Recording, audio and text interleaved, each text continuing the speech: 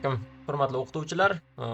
Bugun biz 2026 yil 27 fevraldagi 84-sonli buyruq ko'rib chiqamiz. Ya'ni ommalashtirish nizomi nimalar o'zgardi bu yerda? Bu yerda o'zgargan narsalar, asosiga qo'shilgan narsa, ya'ni plagiyatni tekshirish. Bu yerda demak, metodik ishda hammaga majburiy bo'ldi. Antiplagiyatdan o'tkazib, xulosasini platformaga yuklash. Endi qanday qilib plagiyatdan o'tkazishni ko'rib chiqamiz. Bu yerdan plagiyatdan o'tkazish uchun antiplagiyatga kirib olamiz. Qidiruvga antiplagiyat deb qidiradigan bo'lsak, mana antiplagiyat.uz bor va bu yerda plagiyat o'z bor. Men plagiyat o'zdan tekshirishni ko'rsataman. Avval antiplagiyatda o'zdan ham tekshirishni ko'rsatganman. Antiplagiyat tekshirishni bosdik mana va ro'yxatdan o'tish. Birinchi marta ro'yxatdan o'tishni bosib kiramiz. Bu yerda ro'yxatdan o'tishda Google akkauntdan ro'yxatdan o'tishni maslahat beraman. Bir bosishda ro'yxatdan o'tasiz va doimiy mana Google orqali kirishingiz mumkin. Bu yerda hisobni to'ldirib olishimiz kerak. Birinchi to'lov bo'limiga o'tamiz. Payme yoki Klikdan to'lov qilishni tanlab, to'lashni tanlashimiz mumkin.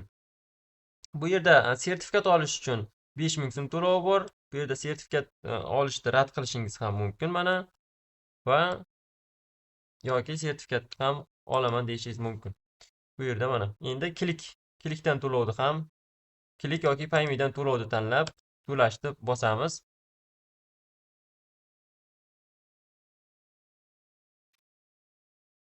Xo'p, demak, men telefondan to'layman. Bu yerda telefonda nimaga kiraman?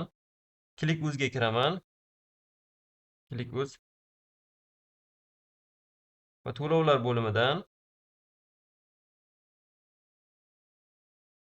plagiyat deb qidiradigan bo'lsam,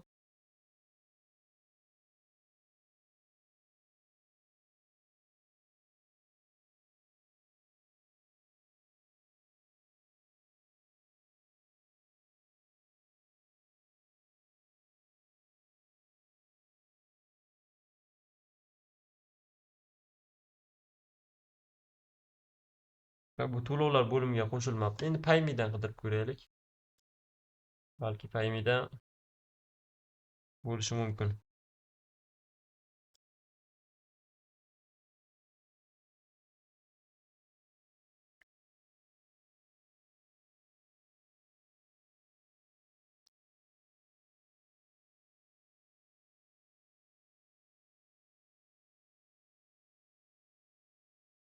Payme'da bor ekan. Mana plag deb yozgandim. Chiqdi. ID raqam mana bu yerda ID raqamni yozaman. 63. Xo'p, 6304. Va to'lov summasiga 49000 so'm o'tkazaman mana. 49000 so'm. Va to'lovni bosamiz.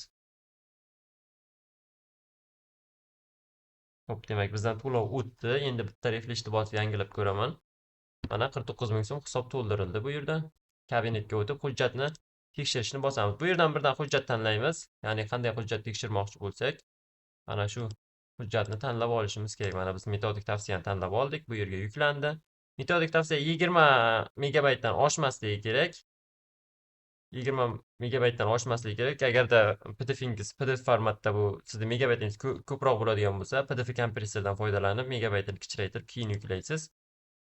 Bu yerda uslubiy qo'llanma deb yozdim. Tavsif shart emas, ya'ni majburiy emas, tekshirishni bosamiz. Tekshirish biroz vaqtni oladi.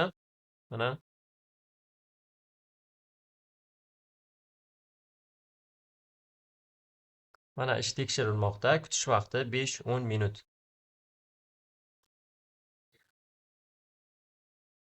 Mana bo'ldi. Ish tekshirildi. Endi tekshirilgandan keyin tekshirish yakunlandi. Bu yerda interaktiv ko'rishni bosadigan bo'lsak, hop.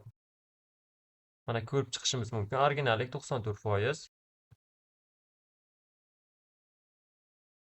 Originallik 94%. Endi hop, bu yerda ko'chirmachilik haqida, ko'chirilganlar haqida ma'lumot bor.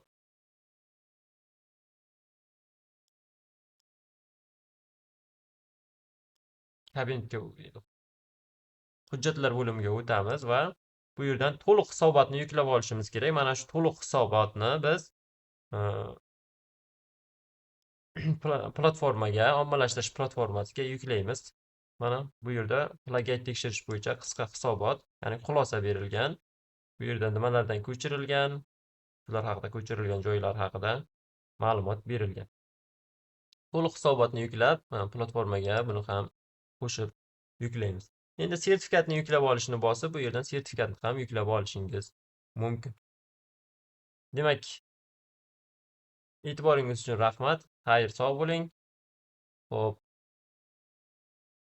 ommalashtirish platformasi ishga tushishi bilan qanday qilib bu platformaga yuklash kerakligi haqida ham video tayyorlaymiz. Xayr, sog' bo'ling.